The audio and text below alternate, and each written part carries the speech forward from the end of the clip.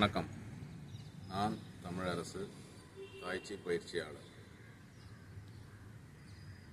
போன ஞாயிற்றுக்கிழமை நம்ம பதிவிட்ட முதல் காணொளியில் தாய்ச்சி செய்கிறதுக்கான முன் தயாரிப்பு பயிற்சிகள் 3 பயிற்சிகள் பார்த்துருந்தோம். அந்த 3 பயிற்சிகளையும் செய்திருப்பீங்கன்னு நம்புகிறோம். இன்றைக்கி நம்ம தாய்ச்சி பயிற்சியினுடைய முதல் நிலை, துவக்க நிலை எப்படி செய்கிறதுன்னு பார்ப்போம். இப்போ ஒவ்வொரு பயிற்சிக்கும் ஒவ்வொரு கலாச்சாரத்துலேயும் வணக்க முறைன்னு ஒன்று இருக்கும். இந்தியாவில் நம்ம இப்படி வணக்கம் வைக்கிறோம். யோகா பயிற்சிகள் அனைத்தும் இந்த வணக்கத்திலிருந்து தான் துவங்கும். அது மாதிரி சீன குங்ஃபு கலையும் தாய்ச்சி போன்ற கலைகளினுடைய வணக்க முறைன்றது இந்த வணக்க முறை. இதை நம்ம பல திரைப்படங்களில் பார்த்துருப்போம். நம்முடைய வலது கையினுடைய 5 விரல்களை மடக்கி இடது கையினுடைய உள்ளங்கையில் வைத்து செலுத்துவது தாய்ச்சியினுடைய வணக்கம். இந்த வணக்கம் செலுத்திய பிறகு நம்ம இந்த கைகளை கால்களை ரெண்டுத்தையும் பிரிக்கணும். இப்போ என்னுடைய கால்கள் சேர்ந்துருக்கு, கைகள் வணக்க முறையில் இருக்கு. இப்போ அடுத்து இந்த கையை பிரிக்கணும். இப்படி பிரியும் பொழுது இந்த இடது கால் நம்முடைய தோள்பட்டை அளவிற்கு, நல்லா பார்த்துங்க, நம்முடைய தோள்பட்டையினுடைய அளவிற்கு காலை அகலமாக வைக்கணும். ஒரே நேர்கோட்டில் இருக்கும்.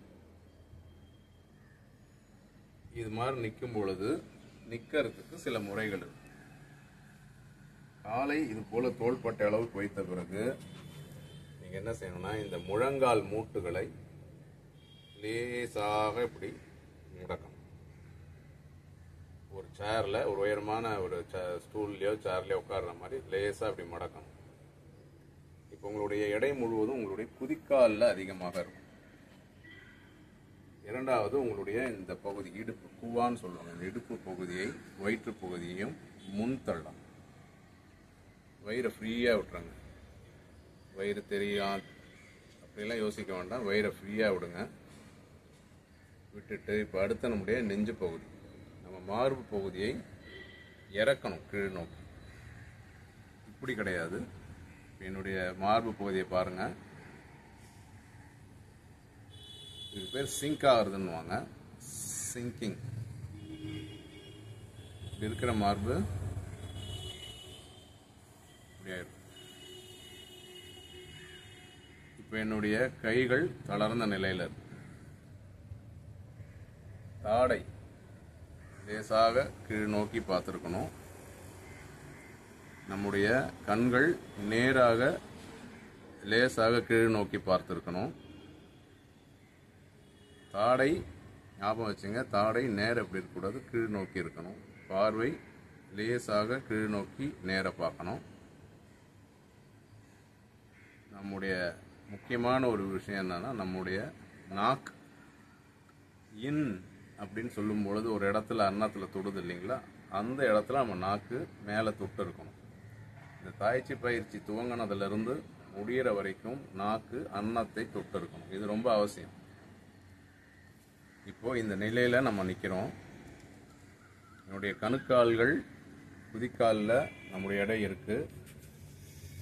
முழங்கால் மூட்டு லேசாக மடங்கி இருக்கு. இடுப்பு பகுதி முன்தள்ளி இருக்கு. என்னுடைய மார்பு பகுதி இறங்கி இருக்கு. என்னுடைய தோள்பட்டைகள் தளர்வாக இருக்கு. என்னுடைய தாடை இறங்கி இருக்கு. என் கண்கள் நேராக இருக்கு. இப்போ இந்த நிலைக்கு பேர் ஓப்பனிங் ஃபார்ம், துவக்க நிலை. இதில் எந்த இடத்துலையும் உடம்புல இறுக்கமோ ஒரு விதமான டென்ஷன் சொல்லுவாங்களே, அது இருக்கக்கூடாது. நம்முடைய எடை குதிக்காலில் இருக்கும். நம்முடைய ஆனஸ், நம்முடைய ஆசனவாய் ஒரு இறுக்கம் இருக்கும். தோள்களும் கைகளும் தளர்ந்து இருக்கும். அதில் எந்த விதமான சக்தியற்று இருக்கிறது மாதிரி இருக்கும். பாருங்கள், எந்த விதமான டென்ஷனும் இல்லை. இப்போ உடம்புல எந்த பகுதியிலையும் இறுக்கம் கிடையாது. உடல் முழுதும் தளர்ந்து நாக்கு அன்னத்தை தொட்டு ஒரு தளர்வான நிலையில் உடம்பு இருக்கு. இந்த நிலையில் நாம் ஒரு நாளைக்கு எப்போ வாய்ப்பு இருக்கோ 2 முறை 3 முறை இது மாதிரி நிற்கிறதன் மூலமாக நம்முடைய கால்கள், நம்முடைய மூட்டு, நம்முடைய இடுப்பு, நம்முடைய முதுகுத்தண்டு இது எல்லாமே பலம் பெறும். இரண்டாவது, இந்த தளர்வான நிலை நம்முடைய மனநிலையை அமைதிப்படுத்தும். இந்த நிலையில் சில நிமிடங்கள் நாம் நின்று பழகலாம். தாய்ச்சியினுடைய துவக்கம் என்பது இந்த நிலையிலிருந்து சில நொடிகள் இந்த நிலையில் நின்ற பிறகுதான் தாய்ச்சி பயிற்சியை நாம் துவங்கணும். இந்த ஓப்பனிங் ஃபார்ம் துவக்க நிலையில் நின்று நாம் முதல்ல பழகிப்போம். இதுக்கு அடுத்த காணொளிகளில் இதனுடைய அடுத்த நிலையை நோக்கி நகர்வோம், இதை பழகுவோம். இது உங்களுக்கு பயனுள்ள வகையில் இருந்தால் சப்ஸ்கிரைப் செய்யுங்க. நன்றி.